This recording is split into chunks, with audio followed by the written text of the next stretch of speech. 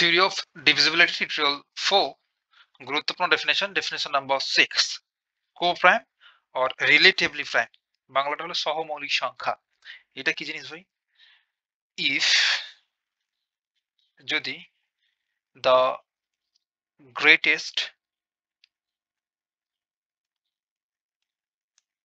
Greatest common divisor, বা যেটাকে আমরা বলি গরিষ্ঠ সাধারণ গুণিতক, গসাগু, greatest common divisor or simply এটাকে আমরা জিসিডি বলি, জিসিডি, বাংলাটা হলো গসাগু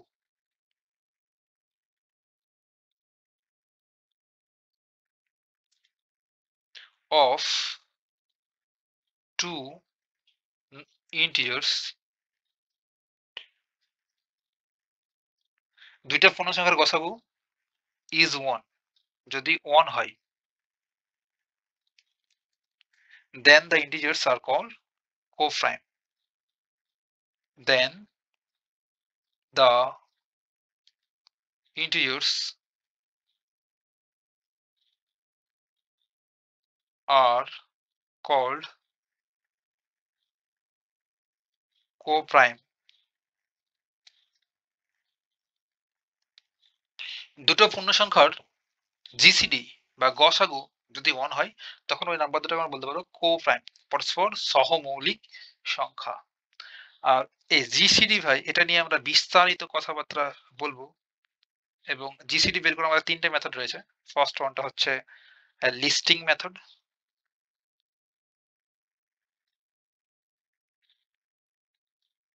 সেকেন্ড ওয়ানটা হচ্ছে প্রাইম ফ্যাক্টরাইজেশন মেথড,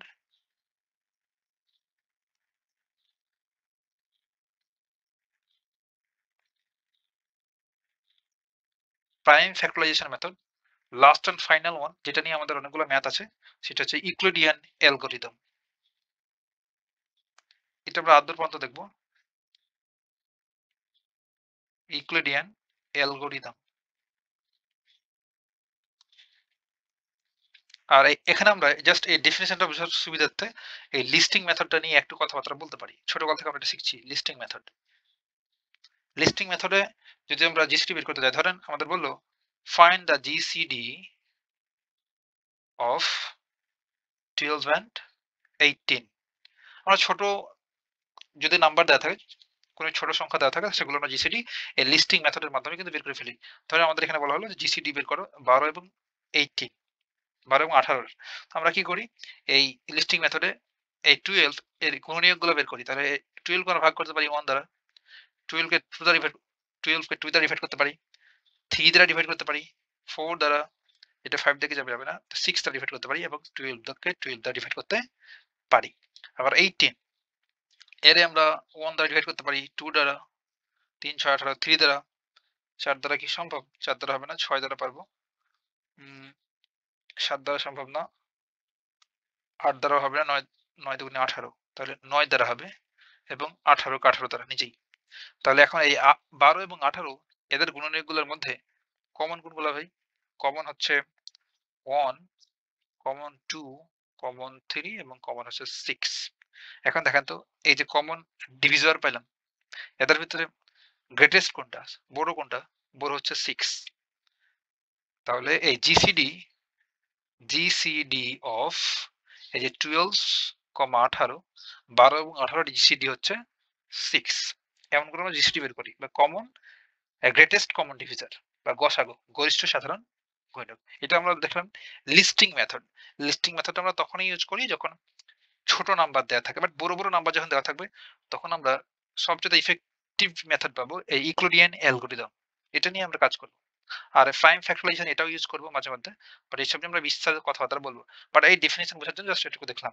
ধরেন এখন আমাদের কাছে কোনো একটা নাম্বার দেওয়া আছে 7, তাহলে এই 7 এইটার আমরা ডিভিজর গুলো কি, একটা হচ্ছে 1 এবং 7 নিজে একটা, এবং আরো একটা ধরেন নাম্বার 11, এর ডিভিজর কয়টা, একটা হচ্ছে 1, একটা হচ্ছে ওই 11 নিজেই।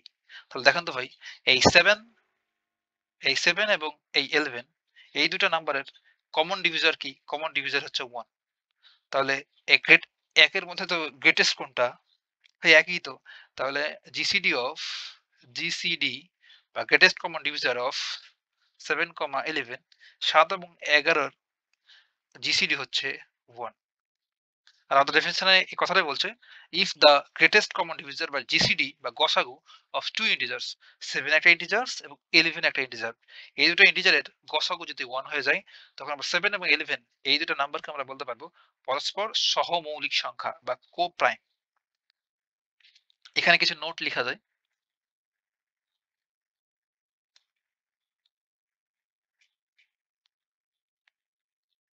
এক নম্বর নোটটা হলো যে যদি দুটি সংখ্যা প্রাইম হয়, সরি, হ্যাঁ মৌলিক হয়, যদি দুইটি সংখ্যা,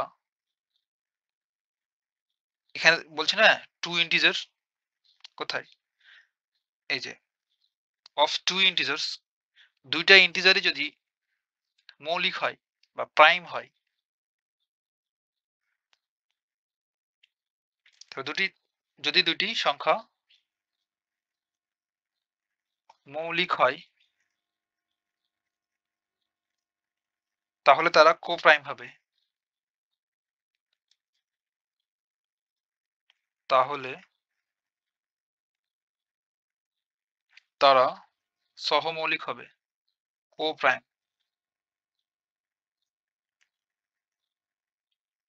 আমরা যে এক্সাম্পল নিয়েছি দেখেন, এখানে আছে 7 আর 11, দুটাই কিন্তু মৌলিক সংখ্যা, তাহলে দুটো পরস্পর কো প্রাইম হচ্ছে।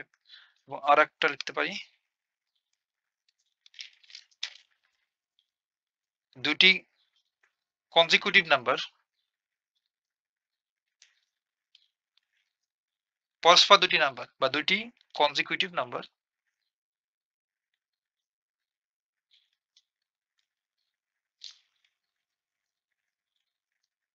সর্বদা কো প্রাইম হয় বা সহমৌলিক হয়। কিভাবে ভাই? দেখেন, আমরা কোনো একটা নাম্বার নিলাম 14 এবং আর কোনো একটা নাম্বার নিলাম, সরি, কোনো একটা যদি 14 নেই, তাহলে এর কনজিকিউটিভ এর পরবর্তী নাম্বারটা কি? 15। যদি এখানে 13 নিতাম, তারপরটা নিতাম 14। এখানে যদি 16 নিতাম, তারপরে 17। তাহলে 14 এবং 15 এই দুটো পরস্পর কো প্রাইম। দেখেন, এই 14 এর ডিভিজর গুলো কি? একটা হচ্ছে 1, 2, 3 যাবে না, 4 ধরে যাবে না, 5, 6 যাবে না,